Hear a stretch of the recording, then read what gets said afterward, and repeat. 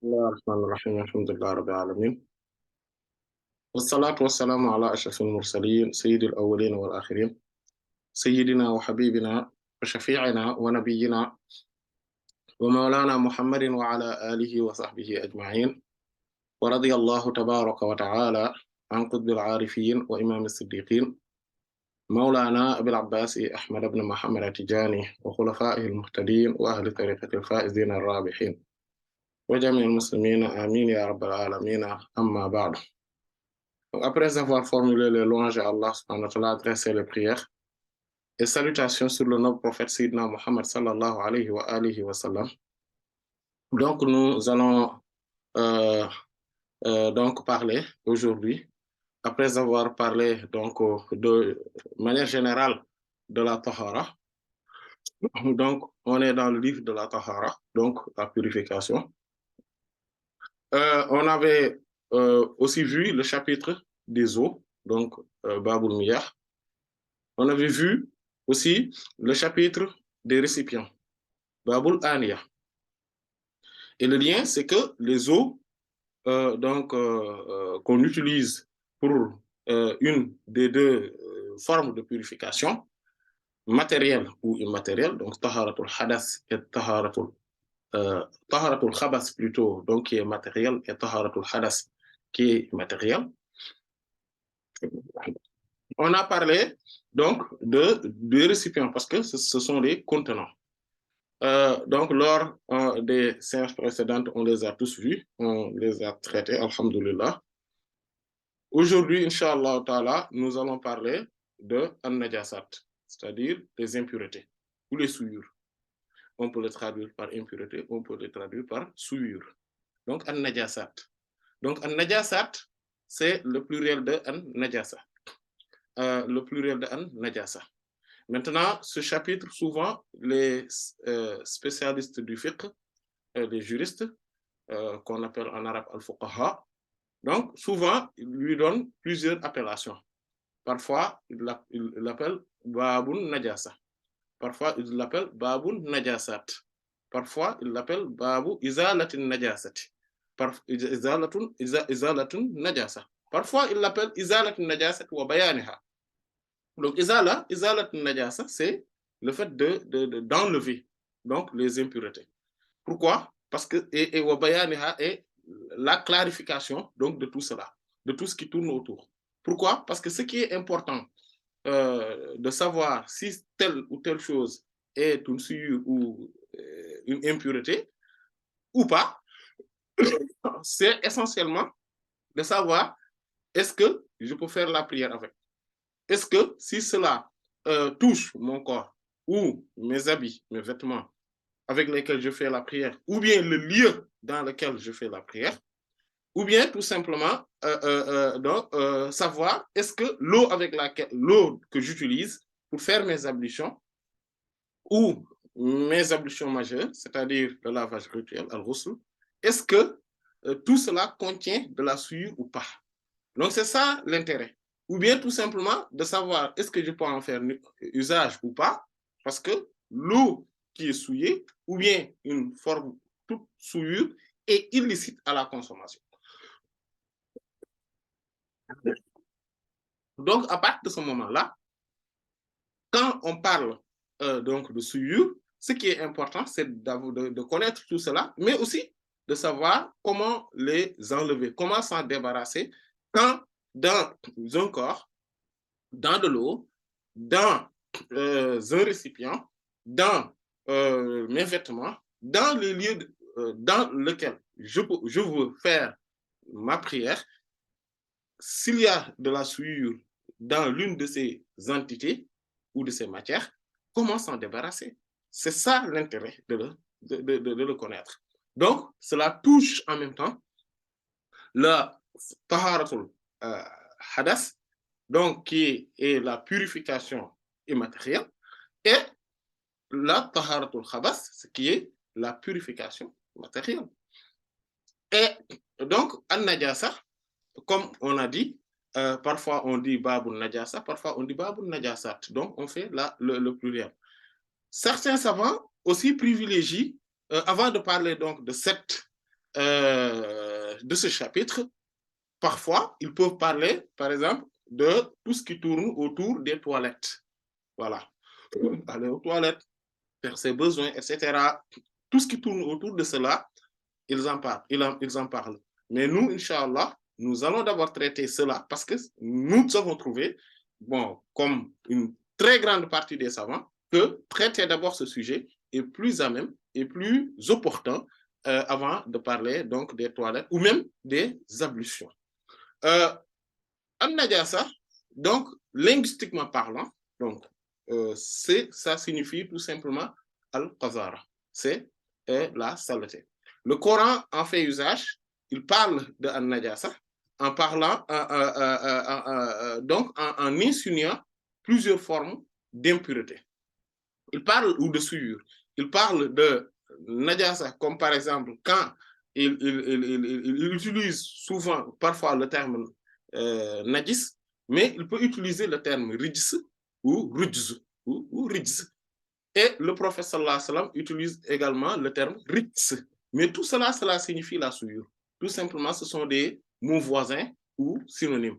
En fait, le prophète sallallahu alayhi wa sallam, ou bien le Coran, quand il parle, il dit قل تعالوا أتلوا ما أوحي إليكم من ربكم قل تعالوا أتلوا ما حرم عليكم ربكم donc et ou bien قل لا أجد فيما أوحي إلي محرما voilà إلا أن يكون ميتة أو دما أو لحم خنزير il dit فإنه رجس. Il utilise le terme rijs. Donc c'est ce signe coranique qui se trouve dans la sourate Al-An'am, les bestiaux, donc la sourate numéro 6, où Allah subhanahu wa ta'ala a dit au notre prophète, donc sallallahu alayhi wa sallam, donc dis-leur, cool. Donc, je n'ai trouvé sur ce qui m'a été révélé une chose qui est rendue illicite que ceci, c'est-à-dire al-maïta, maïtatan, la antakuna maïtatan, maïta c'est donc les bêtes mortes là, donc de manière non conventionnelle selon le rite musulman. Donc, maïta, ou daman ou bien de ou daman masfouhan, voilà. C'est-à-dire donc un sang coulant. Ou lahma khinzir, ou bien la viande de porc, et il dit parce que ceci est une souillure. Et quand il parle il dit rijsu. Donc c'est une souillure. Tout cela, ce sont des souillures.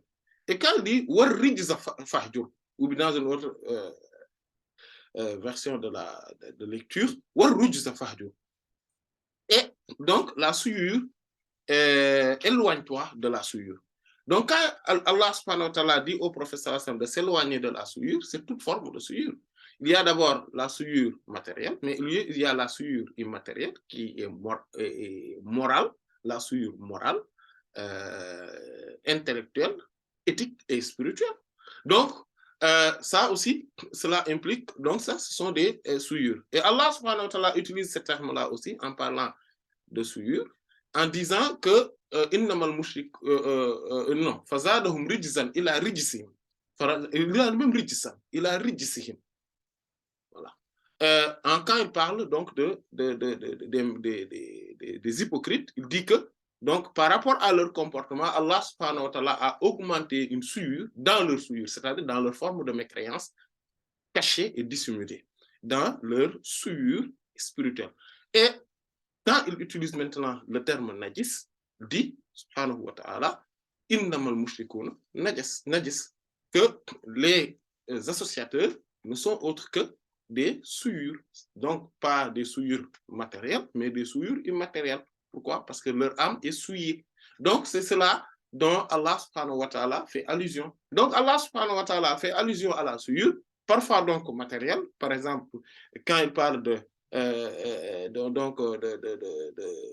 donc quand il dit warujza fahjur, donc ça, il parle plutôt donc des souillures matérielles et rentre dedans des souillures immatérielles. Quand il parle de souillures spirituelles, il parle donc de morale, et spirituelle, c'est les souillures de la mécréance. Quand il parle maintenant de souillures, et d'ailleurs même, il a parlé de souillure en tant que châtiment. Il dit فَأَنزَلْنَا عَلَيْهِمْ رِجْزًا مِنَ السَّمَاءِ. Donc, nous avons fait descendre sur eux donc, une souillure venant du ciel, c'est-à-dire un châtiment venant du ciel. Parce que le châtiment, c'est une forme de souillure. Et il parle également, Allah subhanahu wa ta'ala parle également donc des souillures qui sont donc morales et dans une certaine mesure, donc une souillure spirituelle, tout ce qui est une souillure en réalité matérielle est également une souillure immatérielle et morale et spirituelle. Voilà, c'est pour cela que donc, la souillure est illicite à la consommation.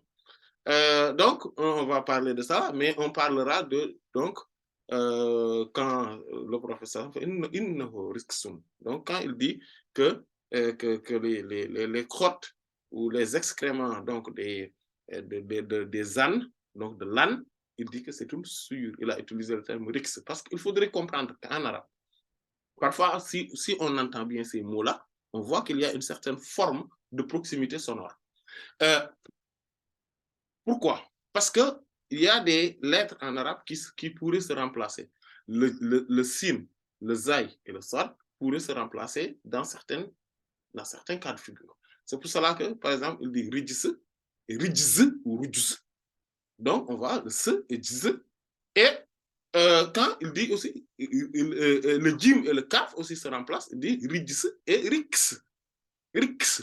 Parce que, en fait, il faudrait comprendre, d'ailleurs, d'où dans les autres langues, parfois on trouve des mots qui, si on le rapporte dans une autre langue, on voit qu'il y a une certaine familiarité ou une proximité sonore, et tout simplement parce que certaines lettres se remplacent, même en arabe, même au sein même de l'arabe, a fortiori, au sein, donc quand on étale le champ lexical dans d'autres langues. Si on regarde par exemple le sin et le zay, ils se remplacent. C'est pour cela que par exemple, dans la sourate Al-Fatiha, il y a les différentes lectures de par exemple, Sirata, Ihdina Sirata al-Mustaqim. Sirata al-Lazina, il y a des lectures qui disent si avec le sin, Sirata, et d'autres lectures qui disent Zirata, Ihdina Sirata al-Mustaqim, comme par exemple Khalaf, lui c'est comme ça qu'il lit tout. Donc cela. Donc, il faudrait, parce que le sin, le swad et le zay se remplacent aussi en arabe. Ceci dit, an-najasa, donc, de manière générale, linguistiquement, c'est donc une souillure, une impureté, une saleté. Donc, c'est ce qu'on appelle an-najasa, c'est une saleté. Et maintenant, quelle est sa définition maintenant chariatique? C'est-à-dire, légalement, donc dans la terminologie des savants, quand les fuqaha, donc les spécialistes, donc les juristes, les spécialistes du fiqh, quand ils parlent de an-najasa, eux ils disent hiya sifatun hukmiyyatun tujibu li mawsufiha man astibahati salati bihi ou fihi, et d'aucuns rajoutent ou alayhi. C'est-à-dire que hiya sifatun hukmiya. Donc c'est un statut juridique. C'est un statut juridique. Donc légal. Qui donc implique à ce qui en est caractérisé, donc la matière, l'élément qui en est caractérisé,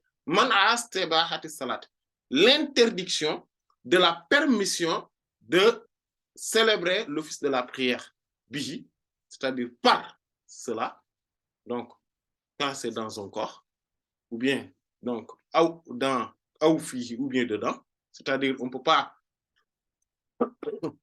porter des habits donc qui sont souillés, ou bien là-dessus, c'est-à-dire le lieu qui est souillé, qui est impur, je ne peux pas faire la prière dessus. Donc,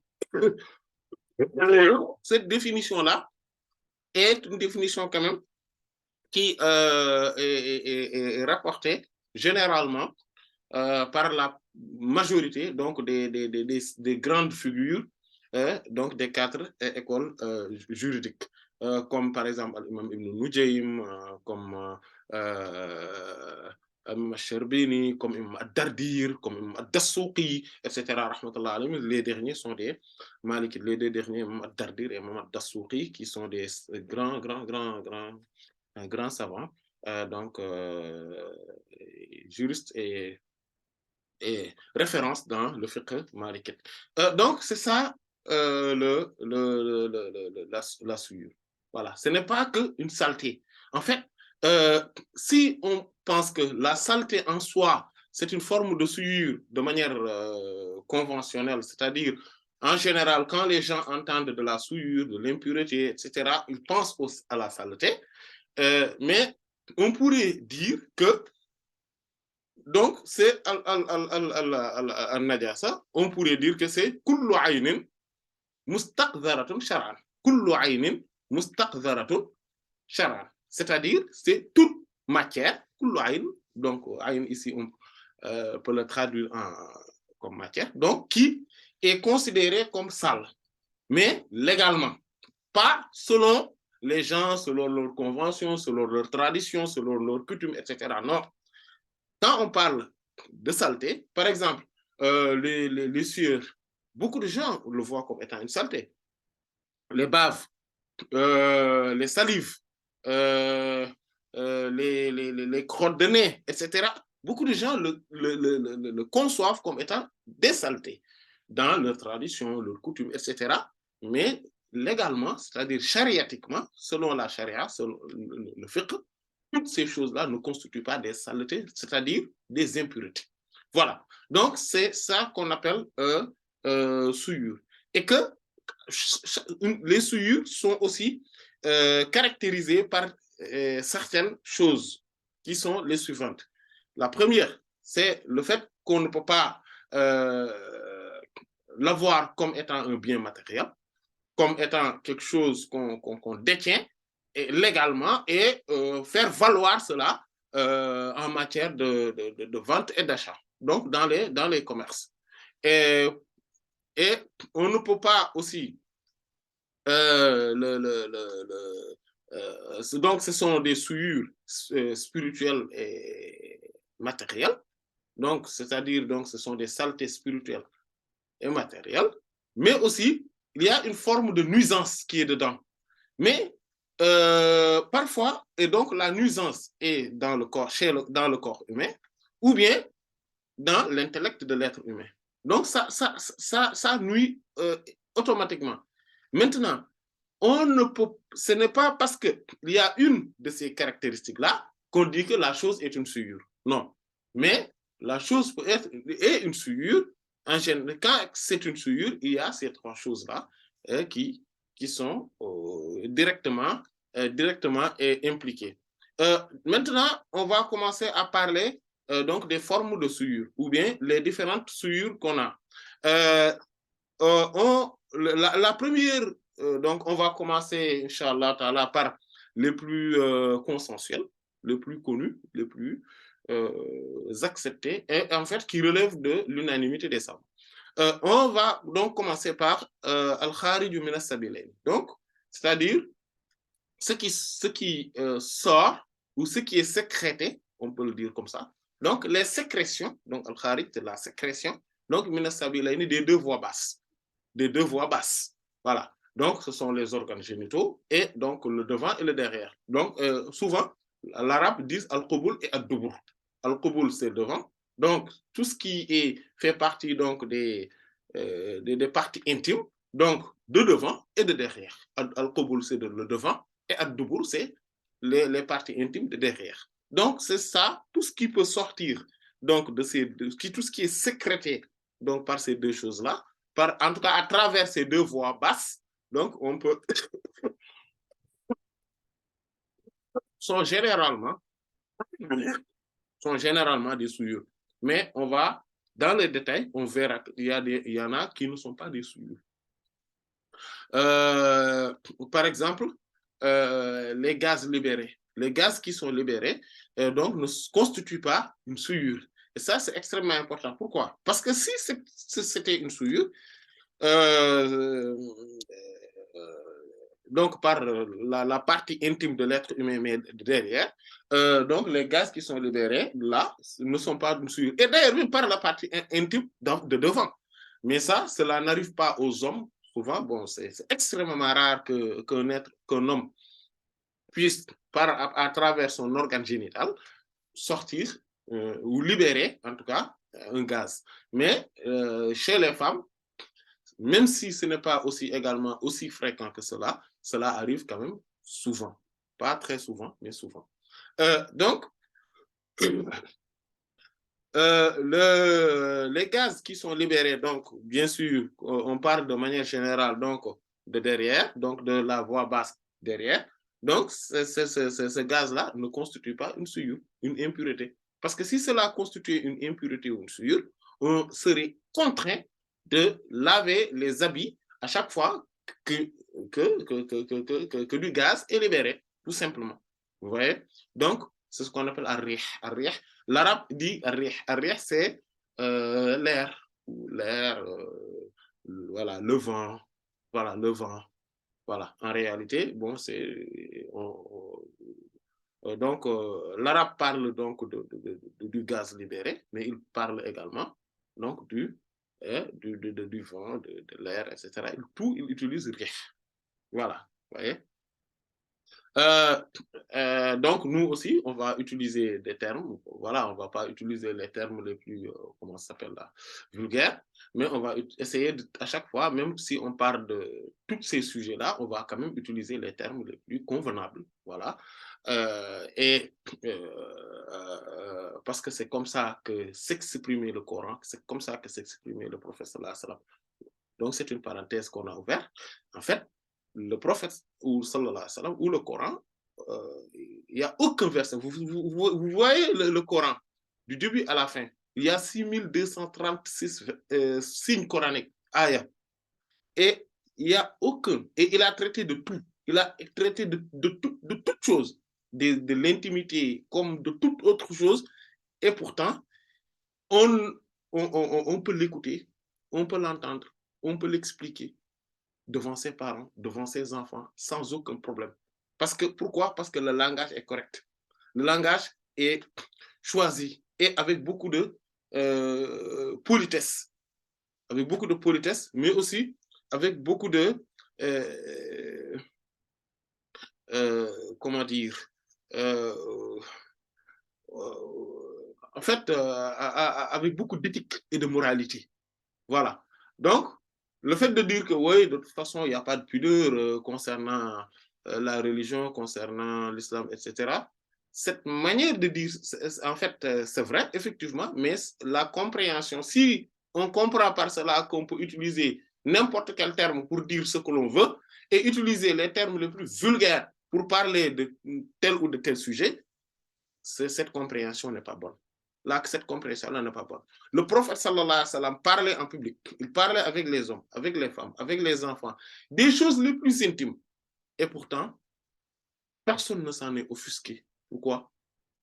Parce qu'il utilisait les termes les plus jolis, les termes les plus polis. Il utilise les termes les plus beaux à entendre. Et c'est ainsi. Voilà. Et le modèle ultime, c'est lui-même, sallallahu alayhi wa sallam. On ferme la parenthèse. Donc, les gaz libérés, pour en revenir, les gaz libérés ne constituent donc pas une souillure. Donc, on voit bien que à partir de cet exemple-là, on sait que tout ce qui sort donc des deux voies basses ne constitue pas obligatoirement une souillure ou une impureté. Mais de manière générale, ce sont des souillures et des impuretés et on va en parler. Donc, la première, c'est al-bawlu.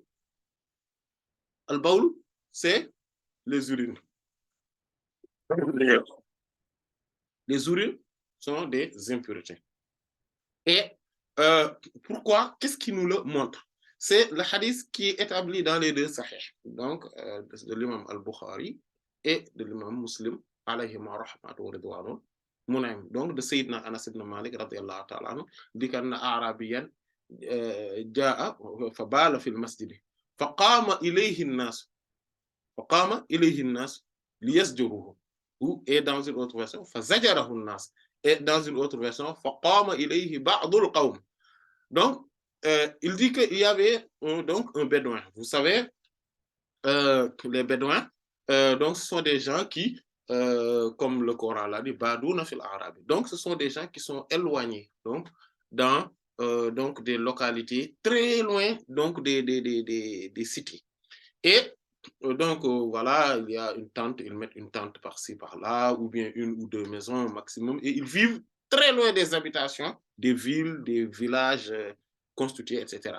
Donc, il dit que ces gens-là, donc quelqu'un parmi eux donc, est venu, donc ce sont des gens souvent qui ne connaissent pas certaines conventions donc, des villes, donc des grandes métropoles, des villes, voilà. Il y a des choses qu'ils ne comprennent pas, la manière, voilà, certaines convenances ou les bienséances ou certaines règles à observer, etc. Eux, parce que chez eux, toutes ces règles-là ne sont pas établies. Pourquoi ils n'en ont pas besoin? Ce n'est pas parce qu'ils ne sont pas malins ou bien qu'ils sont débiles, etc. Non, mais c'est parce qu'ils n'en ont pas besoin dans leur cadre de vie.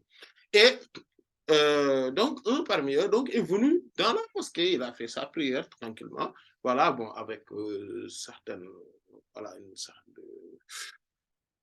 voilà, une certaine façon qui n'est pas du tout correcte. D'ailleurs, les gens l'ont corrigé, etc., tout ça. Il s'est levé. Quand il s'est levé, il est allé vers, donc, dans un cadre de la mosquée, donc, et il dit, il a uriné naturellement, comme il le faisait donc dans ses habitations. Il n'y a pas de souci, quoi. Il n'y a aucun problème. Voilà, il a senti le besoin donc d'aller aux toilettes. Il est passé là-bas. Voilà, il a trouvé un coin dans la mosquée. Il a uriné, tout simplement. Et les gens ont essayé de l'interpeller. Donc, ils l'ont grondé. Voilà, Zajara, grondé. Vous voyez, ils ont essayé de le gronder. Et le prophète sallallahu alayhi wa sallam a dit, Anas radiyallahu anhu raconte, il dit, فقال رسول الله صلى الله عليه وسلم دعوه لا تقطعوا عليه بوله. Et ou dans une autre version, la tazrimuhu. Ne lui coupez pas, laissez-le. Ne lui coupez pas. Donc, c'est donc le fait qu'il est en train de faire ses besoins, donc il est en train d'uriner.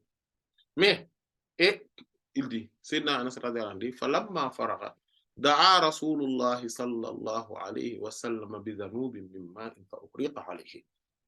Voilà. Et donc, bon, il y a plusieurs versions. Le prophète sallallahu alayhi wa sallam a dit, donc quand il a fini, il lui dit, il a demandé qu'on amène donc un seau d'eau et on le verse dedans. Donc pourquoi on verse de l'eau dedans? Parce que les urines, ce sont des souillures. C'est pour cela qu'on a versé donc de l'eau dedans. Et cela relève donc de l'unanimité des savants. Donc, il n'y a aucun savant que vous allez voir dans le monde entier depuis l'avènement donc de Sayyidina Muhammad sallallahu alayhi wa sallam jusqu'à nos jours, un savant en tout cas, pas quelqu'un qu'on dit que c'est un savant, mais un savant qui va dire que les urines d'un être humain n'est pas une souillure. Et ça n'existe pas. D'accord. Et cependant, ici, il y a, on va regarder, donc il y a aussi donc les urines, il y a un sujet, ou en tout cas une question annexe qui est très importante, qui est Baoulul Gholami wal Jariya. Baoulul Gholami wal Jariya. C'est-à-dire les urines donc des garçons, donc des nourrissons, donc garçons ou filles, des nourrissons, garçons ou filles. Donc, c'est-à-dire al-ghulam, c'est le nourrisson, c'est celui-là qu'on dit. En fait, l'expression des fuqaha, les juristes, ils utilisent le terme al-ghulam ici. Pourquoi? Parce que les hadiths qui en parlent, le prophète sallallahu alayhi wa sallam en parle de cette manière-là. C'est que quand on parle donc du nourrisson, donc du bébé, c'est celui qui a commencé, qui ne s'est pas encore suffi donc de la nourriture habituelle, donc de la nourriture des adultes. C'est celui-là. En fait, il ne peut pas s'en passer, en d'autres termes, il ne peut pas s'en passer donc du lait maternel, du lait de sa maman ou bien en tout cas du biberon, etc. Voilà, le biberon, donc le lait, tout simplement. Donc, il ne peut pas s'en passer. C'est celui-là qu'on appelle, c'est celui-là dont on parle ici. Qu'il soit, que le bébé soit un garçon ou une fille. Et pourquoi on a différencié le garçon de la fille? C'est pas parce que leur urine n'est pas une souillure en tant que telle, non. Leur urine continue à être constituée, à constituer une souillure. Ça, c'est l'unanimité des savants d'ailleurs. Cependant, il y a l'allègement. Il y a un allègement. Rukhsa, comme on l'appelle, chez les juristes et les jurisconsultes. Donc, les juristes, donc les fuqaha, et les jurisconsultes qui sont les usulistes, donc les usul, ceux qui sont spécialistes de usul fiqh, donc la méthodologie fondamentale du droit musulman. Eux, ils l'appellent rukhsa. Rukhsa, c'est un allègement. Vous voyez?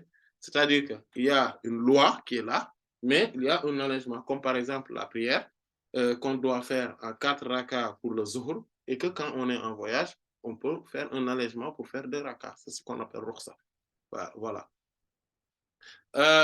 Et il y a maintenant une rukhsa pour le garçon. Même si l'avis majoritaire chez les mâles,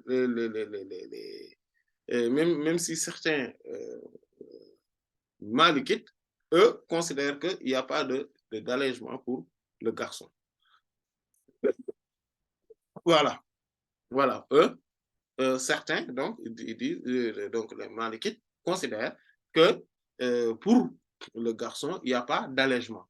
Mais en réalité, pour le garçon, il y a un allègement. Et ça, c'est la parole donc, de la majorité donc, des spécialistes du fiqh dans les 4 mazhab essentiellement.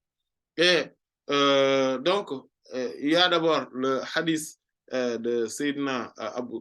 Bon, on va commencer par les hadiths qui sont rapportés dans les 2 sahih de l'imam al-Bukhari et de l'imam Muslim, rahmatullah alayhima, donc qui parlent qu'il y a un allègement, le statut.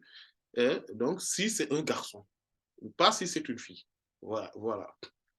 Et que il y a le hadith de Sayyidatna Qais bint Mihsan al-Asadiyya, radiyallahu ta'ala anha, qui dit que anna atat bibnin laha saghirun lam ya'kul at-ta'am ila rasulillahi sallallahu alayhi wa sallam fa ajlasahu sallallahu alayhi wa sallam fi hajrihi fa bala ala thawbihi فدعا بماء فنضحه ولم يغسله. Ce hadith-là est rapporté dans les 2 sahih.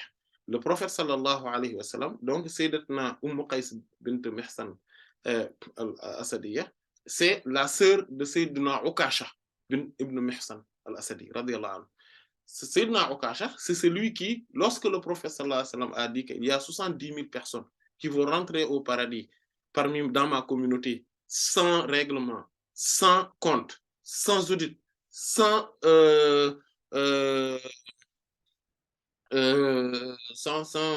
châtiment, sans aucune interrogation. Il faut juste rentrer au paradis comme ça. 70 000 personnes dans ma communauté, c'est celui qui a demandé au prophète sallallahu alayhi wa sallam, je veux en faire partie. Le prophète lui a garanti qu'il en fera partie, sallallahu alayhi wa sallam. Et il y a une personne, quelqu'un d'autre qui a levé la main et qui a demandé moi aussi au envoyé d'Allah. Il a dit, ah, Okasha, t'as devancé. Donc, Sayyidina Okasha là, radiyallahu anhu, donc c'est sa sœur qui est Sayyidatna Qais bint Mihsan, radiyallahu anha. Donc, elle a eu un enfant et elle l'a amené donc au prophète sallallahu alayhi wa sallam. Il dit, il précise que cet enfant-là, Sahir, et c'est un petit enfant, donc un nourrisson, lam ya'kul ta'am, il n'a pas encore donc mangé de la nourriture. Donc, ce que cela signifie, c'est qu'il n'a pas encore mangé strictement de la nourriture. Et il a délaissé donc le fait donc de téter. Et c'est cet enfant-là dont on parle. Et quand il est venu, et le prophète sallallahu alayhi wa sallam, pourquoi? Parce que, comme Sayyidat Aïcha radiyallahu anha a dit, كان النبي صلى الله عليه وسلم يؤتى بالصبيان فيدعو لهم ويحنكهم ويبركهم. Donc, c'est ce hadith-là aussi, c'est de Sayyidat Aïcha radiyallahu anha et dans les deux sahih, dit que le prophète sallallahu alayhi wa sallam, quand les enfants, donc on l'amenait toujours les enfants des musulmans. Et souvent, les gens, ils les amenaient le plus tôt possible. Parfois, ils l'amènent un peu tardivement. Mais en tout cas, tous les enfants des musulmans sont amenés auprès du prophète sallallahu alayhi wa sallam et il faisait, il invoquait pour eux, et il faisait le tahnik pour eux. C'est quoi? C'est prendre une date, la mâcher, puis prendre donc ce qui provient de la bouche et le mettre dans les lèvres ou dans donc les gencives de l'enfant et que l'enfant puisse les absorber donc dans son ventre et il va avoir de la baraka. Donc ça c'est une sunna. Donc quand on a un enfant, on choisit quelqu'un dont on a une forte impression, une très bonne impression de sa moralité, de sa spiritualité et de sa vertu et de sa religiosité, donc de sa piété, et qu'on lui demande de faire cela. Voilà. Et donc le prophète le faisait. D'ailleurs, c'est pour cela, bon, on va encore ouvrir, vous allez m'excuser, une parenthèse, et pour dire que constatant cela,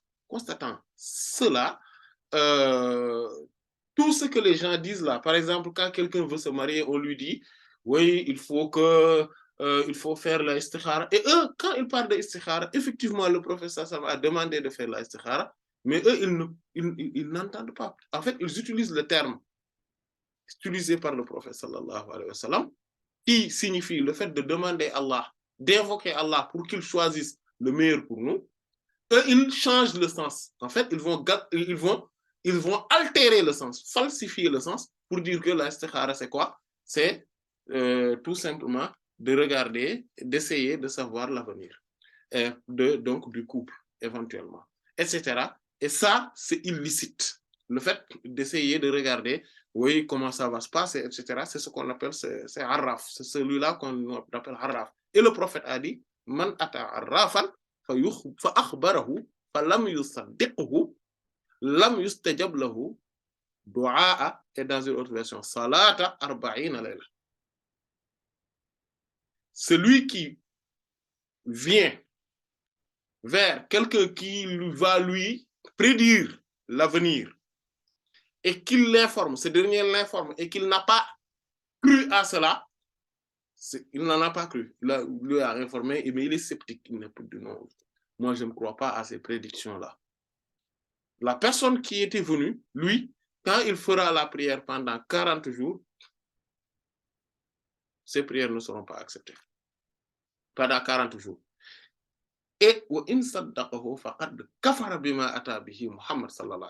s'il dit que oui, c'est vrai, en fait, s'il certifie, s'il confirme, il a évidemment mécru à ce que le prophète Mohammed a amené comme enseignement. Et c'est extrêmement important. Voilà. En fait, ils vont essayer de regarder, etc. Ils font leur petit carré, les écrits, etc. Certains disent qu'ils vont faire des écrits, etc. D'autres disent qu'ils vont passer la nuit, après ils vont voir des choses, etc. D'autres disent ceci, cela. Tout cela rentre dans le cadre de ce harraf-là, ou Kohan, tout simplement, dans certaines autres versions. Et dans d'autres versions même de ces hadiths-là, le prophète sallallahu alayhi wa sallam parle donc de l'astrologie, des astrologues. Ceux qui vont dire que oui, je vais regarder les étoiles, tout ça, oui, les planètes, etc., comment ça, c'est. Tout ça, c'est ce que le prophète a dit, sallallahu alayhi wa sallam, et ces hadiths-là sont nombreuses dans les sahih, dans les sunan, surtout dans les sunan, il y en a beaucoup de ces hadiths-là et qui sont des hadiths authentiques. Donc, pourquoi je suis rentré dans cette parenthèse-là? Pourquoi j'ai parlé de ça? J'ai parlé de ça parce que le prophète sallallahu alayhi wa sallam, si à chaque fois que quelqu'un se mariait, à l'époque du prophète sallallahu alayhi wa sallam, on allait regarder faire ces choses-là, ces prédictions-là, pour regarder si c'est bon ou pas, et pour donner un verdict. Et en donnant ce verdict-là, on condamne des gens qui étaient vraiment amoureux et qui étaient compatibles, qui voyaient qui se voyaient un bon avenir en commun, ou bien tout simplement on dit que oui c'est bon et qu'au bout de quelques moments il y a donc l'un va tuer l'autre, ou bien il y a un meurtre, ou bien qu'il y ait donc des problèmes à ne pas en finir, ou bien un divorce, etc. Cela ne repose sur strictement rien. Et si cela était vrai, si cela était vrai, ce serait rapporté. Pourquoi? Parce que le fait que les enfants ont été toujours amenés auprès du prophète sallallahu alayhi wa sallam, cela est rapporté en masse. Et si le fait que, parce qu'à l'époque du prophète sallallahu alayhi wa sallam, les gens se mariaient, mais il n'y avait jamais ça. Jamais. Ces prédictions-là, ces devinettes, voilà, etc. Jamais. On referme la parenthèse. Donc, l'enfant a été amené auprès du prophète sallallahu alayhi wa sallam, et c'est comme ça qu'il le faisait. Et Sayyidatna Umm Qays bint Mihsan radiyallahu anha a dit que fa ajlasahu Rasulullah sallallahu alayhi wa sallam. Donc le prophète sallallahu alayhi wa sallam l'a mis assis. Donc ce qui veut dire que c'était pas un bébé, un tout qui vient de naître il y a une semaine, il y a 2 jours. Parce que ces bébés-là, on les met pas assis, en position assise. Mais le prophète sallallahu alayhi wa sallam l'a mis en position assise, ce qui veut dire qu'il avait eu quelques mois quand même. Mais il fabala ala thawbihi, et il a uriné donc sur les habits du prophète sallallahu alayhi wa sallam. Et fanadahu wa lam yaghsilhu. Le prophète sallallahu alayhi wa sallam l'a aspergé seulement et il ne l'a pas lavé. Il a juste pris de l'eau et il l'a aspergé, tout simplement. Et le hadith de Sayyidat Aïcha radhiyallahu anha donne la même précision. Elle dit, donc comme on l'a mené au prophète sallallahu alayhi wa sallam, il dit fa utiya bi sabiyyin fa bala ala thawbihi fa da'a bi ma'in fattaba'ahu iyyahu wa lam yaghsilhu. Il dit que le prophète sallallahu alayhi wa sallam, donc on l'a amené un enfant, peut-être que c'est ce même enfant-là, et il a uriné sur les habits du prophète sallallahu alayhi wa sallam. Le prophète sallallahu alayhi wa sallam a demandé de l'eau et il dit fattaba'ahu iyyahu. Donc il a juste suivi, donc il a regardé là où il y avait les urines et il a juste mis l'eau donc là-dessus. Voilà, il l'a juste aspergé. Voilà, et il ne l'a pas lavé. Il n'a pas lavé donc cette partie du vêtement. Et il y a donc le hadith de Sayyidina Abu Samh radiyallahu ta'ala anhu, quand il disait que lui, il dit kuntu akhdimun nabiyya sallallahu alayhi wa sallam, kuntu akhdimun nabiyya, j'étais un des serviteurs du prophète sallallahu alayhi wa sallam. Le prophète sallallahu alayhi wa sallam avait plusieurs serviteurs. Et parmi ces serviteurs-là, il y a Sayyidina Abu Samh radiyallahu anhu, dont par contre le plus célèbre parmi ses serviteurs, Khadim Rasulullah, comme on dit, sallallahu alayhi wa sallam, c'est Sayyidina Anas ibn Malik radiyallahu ta'ala anhu. Mais Sayyidina Abu Samh radiyallahu anhu aussi, lui, en fait, on ne connaît pas véritablement son nom. On connaît juste son surnom, Abu Samh radiyallahu anhu. C'est comme Abu Huraira radiyallahu anhu, dont on ne connaît véritablement pas son nom. Bon, voilà, il y a beaucoup de divergences donc autour de son nom, mais on connaît son surnom, Abu Huraira radiyallahu anhu. Et donc, Sayyidina Abu Samh radiyallahu anhu dit que quand il dit que fa utiya bi Hasanin wa Husaynin radiyallahu fa utiya bi Hasanin aw Husaynin radiyallahu anhuma fa bala ala sadrihi. On a amené Sayyidina Hassan ou Sayyidina Hussein radiyallahu anhu, ne sait plus c'était qui parmi ces deux-là, donc qui sont les petits-fils du prophète sallallahu alayhi wa sallam, qu'il aimait et qu'il chérissait mais énormément, éperdument. Et il l'a pris, il jouait avec lui. Et l'enfant, bon, c'était un bébé, quoi, a uriné sur donc sa poitrine. Voilà.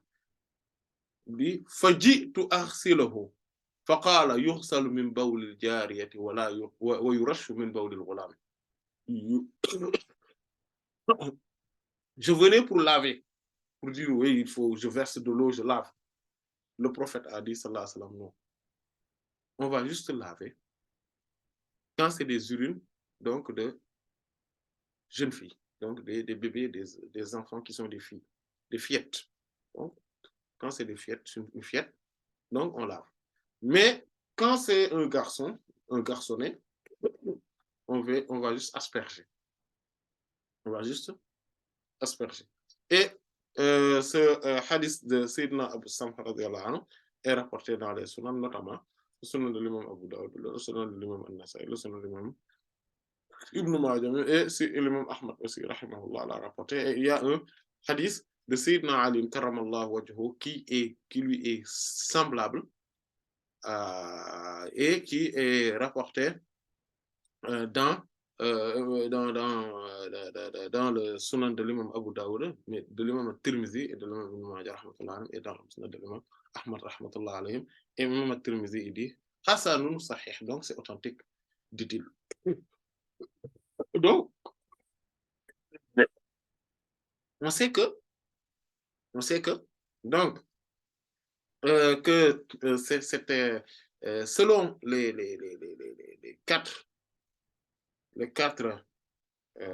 mazhab, et même l'unanimité des savants, on peut dire que ces urines-là des nourrissons, garçons ou filles, sont des souillures, constituent une souillure. Cependant, les savants ont divergé et que parmi les quatre écoles, il n'y a que les malikites qui continuent à penser qu'il n'y a pas d'allègement à faire là-dessus. Cependant, les hadiths qu'on vient de dire, qu'on vient de montrer, dont on vient de parler, montrent clairement qu'il y a un allègement, donc pour ça, un allègement qui concerne les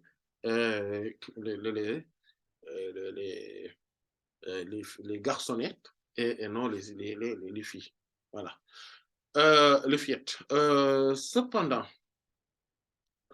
il y a quelque chose qui donc les urines donc constituent une souillure. Mais il y a aussi les excréments, donc les déchets. Donc ce sont également des souillures. Et c'est même bon.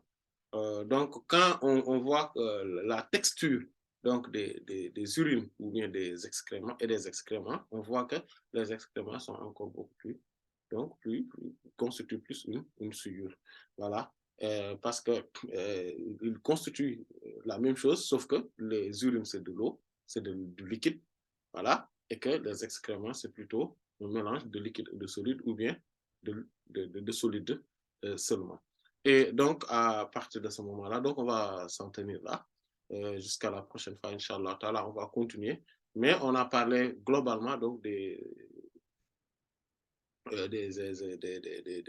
urines. Donc, ce qu'on appelle les urines, c'est al-baoul, et les excréments, c'est al-ra'it. Donc, concernant l'être humain. Voilà. Et la prochaine fois, Inch'Allah, on va parler des animaux et on va parler donc d'autres choses qui constituent des souillures. Surtout d'abord, on va commencer d'abord par ce qui est plus consensuel et surtout donc ce qui ressort, ou en tout cas ce qui est sécrété donc à travers les deux voix basses. Allah en sait davantage. Wallahu ta'ala alam. Wa sallallahu ala sayyidina Muhammadin wa ala alihi wa sahbihi ajma'in. Subhana rabbika rabbil izzati amma yasifun wa salamun ala al-mursalin walhamdulillahi rabbil alamin. Donc j'attends des questions. Salam alaikum wa rahmatullah. Wa alaykum salam wa rahmatullahi wa barakatuh. Du coup, aujourd'hui, il n'y a pas eu de questions sur le cours du jour, mais on va revenir sur la question qui avait été posée la fois d'avant. La personne, elle dit, j'ai déjà entendu dire que notre argent de maintenant est haram depuis qu'il n'est plus pointé sur l'or et l'argent, comme le prophète sallallahu alayhi wa sallam les a cités. Est-ce vrai? Vous savez, on est dans un monde de spéculation où chacun peut spéculer, peut parler sans science, sans référence. les monnaies ont toujours existé depuis l'époque du prophète sallallahu alayhi wa sallam. D'ailleurs, bien avant. Parce qu'à l'époque du prophète sallallahu alayhi wa sallam, il y avait de l'argent, il y avait de l'or. Il en parle. Il parle donc d'or et d'argent, al-zahab et al-fidda. D'ailleurs, le Coran même parle alladhina yaknizuna al-zahaba wal-fidda wa la yunfiqunaha fi sabilillah. Donc, vous voyez. Donc, il parle de l'or et de l'argent comme monnaie. Mais il parle également, le prophète sallallahu alayhi wa sallam parle de l'or et de l'argent comme étant des pièces qui ont une valeur fiduciaire, donc c'est-à-dire une valeur pécuniaire, c'est-à-dire donc qui constitue donc une monnaie courante et que les gens vont acheter avec, qui est reconnue donc dans des localités différentes ou bien dans le monde entier dans une certaine mesure. Par exemple, c'est pour cela qu'il parlait de dirham et de dinar dans ces hadiths. On entend beaucoup de dirham et de dinar, comme par exemple quand il dit nahnu ma'ashir al-anbiya la nuwarrathu dinaran wala dirhaman wa ma taraknahu sadaqa wal ulama warathatul anbiya innama nuwarrathu ilman wal ulama warathatul anbiya faman akhadhahu akhadha bihazzin wafir. Par exemple, ce hadith là qui est rapporté de manière suspendue, c'est-à-dire son chaîne de transmission mu'allaq dans le Sahih d'Imam al-Bukhari, rapporté avec la chaîne de transmission de manière authentique, ou en tout cas valide, dans le Sunan de l'Imam Abu Daoud, le prophète sallallahu alayhi wa sallam dit que nous autres prophètes, on ne nous hérite pas donc de dirham ou de dinar. Donc vous voyez, parce que dinar, c'est une pièce de monnaie en or. Donc une pièce de monnaie tapée, mais en or. Et le dirham, c'est une pièce de monnaie tapée, mais qui est en argent. Voilà, et chaque de ces choses-là avait sa valeur dans le marché. Il dit,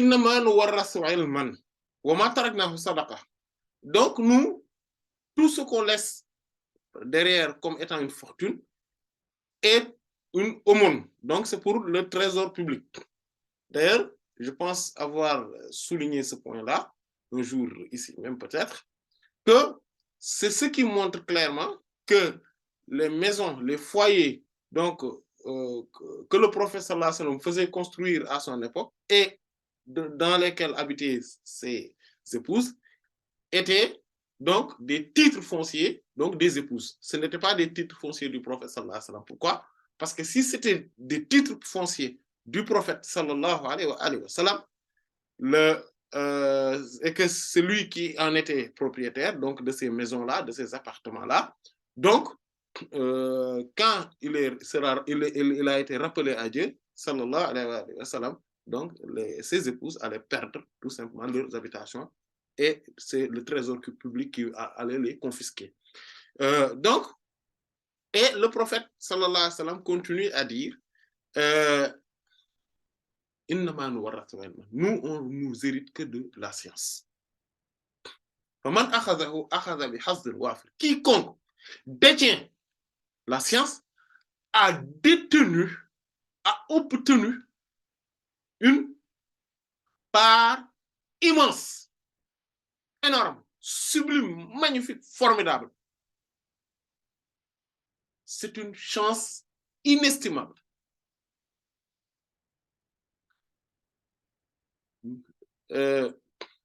Donc, pour revenir et parler donc de l'or et de l'argent, donc de la monnaie, depuis les années 70, il y a donc, avant donc l'or et l'argent étaient pointés, effectivement, donc les valeurs fiduciaires étaient pointées sur l'or et l'argent. D'ailleurs, mais c'est pour cela qu'ils étaient dans ce qu'on appelle asnaf ribawiya. Donc, les types de choses, de matières, donc dont on pourrait avoir du riba dedans, donc de l'usure.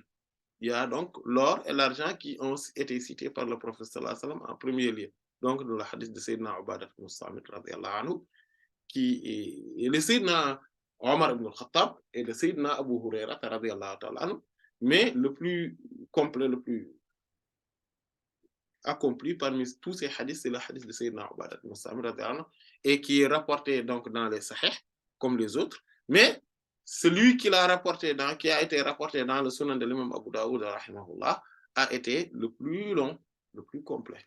Voilà. Et donc dans ce hadith, le prophète sallallahu alayhi wa sallam a dit al-zahabu bil-zahab wal-fiddatu bil-fidda wat-tamru bit-tamri wal-sha'ir bil-sha'ir wal-burru bil-burri wal-milhu bil-milhi yadan mislan bi mislin yadan bi yadin fa idha ikhtalafa hadhihi al-asnaf fabi'u kayfa shi'tum idha kana yadan bi yadin.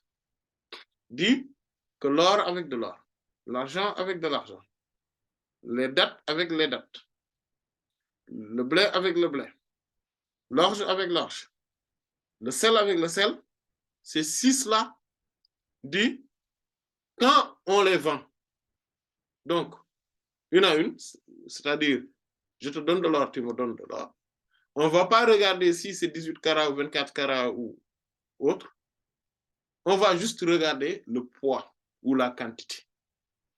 Et il y a, donc ça c'est la première chose. La deuxième chose, c'est que il faudrait qu'on regarde que cela soit main à main. Je ne peux pas te donner une partie, après je reviens, je te donne une autre. Ça c'est impossible. Pour tous ces six-là. Et tout ce qui a leur valeur. Tout ce qui a leur valeur. On n'a pas dit tout ce qui leur a été pointé, mais tout ce qui a leur valeur. C'est pour cela que l'imam Malik rahimahullah dit dans son Muwatta que si un jour, ce sont des cartons qu'on prenait pour valeur commerciale, comme monnaie, c'est ainsi que j'allais les considérer et je vais demander qu'on puisse sortir de la zakat à partir de cela. C'est important. Pourquoi? Parce que l'or et l'argent ne sont pas cités, ou bien le blé, l'orge, etc., n'ont pas été cités par leur essence. Non. Ils ont été cités parce qu'ils constituent une valeur et pour des raisons qui sont derrière. Parce qu'il y a la sagesse qui est derrière les sentences divines. Les sentences divines. Quand Allah subhanahu wa ta'ala donne un verdict, donne une sentence, c'est parce qu'il y a une sagesse derrière. Parfois, cette sagesse-là est connue et parfois, cette sagesse est méconnue. Et quand cette sagesse-là est méconnue, pas par tout le monde, mais par l'écrasante majorité des êtres humains, y compris des savants, c'est ce qu'on appelle Amrun Ta'aboudi. C'est-à-dire, on dit que cette chose-là, Allah subhanahu wa ta'ala nous l'a donné, nous l'a mise en place comme étant un verdict, une sentence, mais c'est juste un acte strictement culturel. On va juste adorer Allah à travers ça. Or, ici, les causes, ou bien les raisons réelles, les causes réelles ont été donc connues, décortiquées par les savants. L'or et l'argent, parce que c'est ce qu'on appelle al-asman. C'est-à-dire, c'est ceux qui ont des valeurs pécuniaires, des valeurs fiduciaires. Quand je prends de l'or ou de l'argent en tant que monnaie, je vais au marché, je peux savoir à travers cet or-là ou à travers cet argent-là, quelle est sa valeur si je regarde n'importe quelle marchandise. Est-ce que je peux en acheter avec? Je peux acheter avec cet or-là, cette pièce d'or ou cette pièce d'argent, ce dinar ou ce dirham.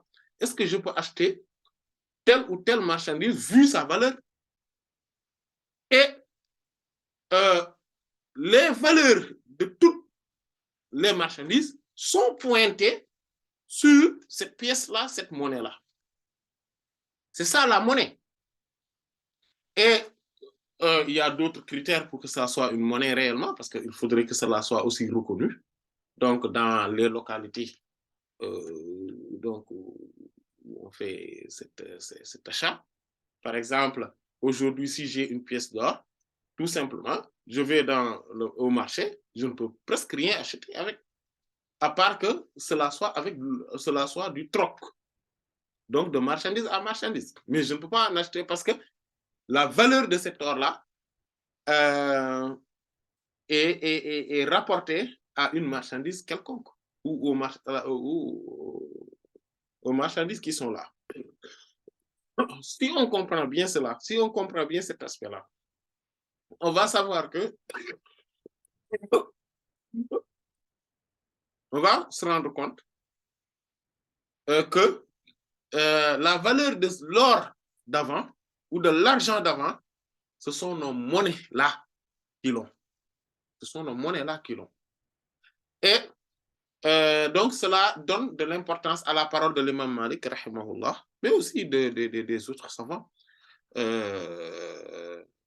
sur ce point-là. C'est quoi?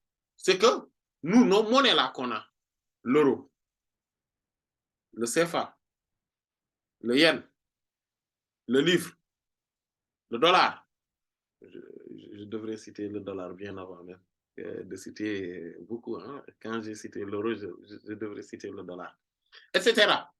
Donc, tout ça, ce sont des monnaies qui circulent dans des pays différents, reconnus dans ces localités-là, et ce sont et qui ont la valeur de l'or et de l'argent de l'époque du prophète sallallahu alayhi wa sallam.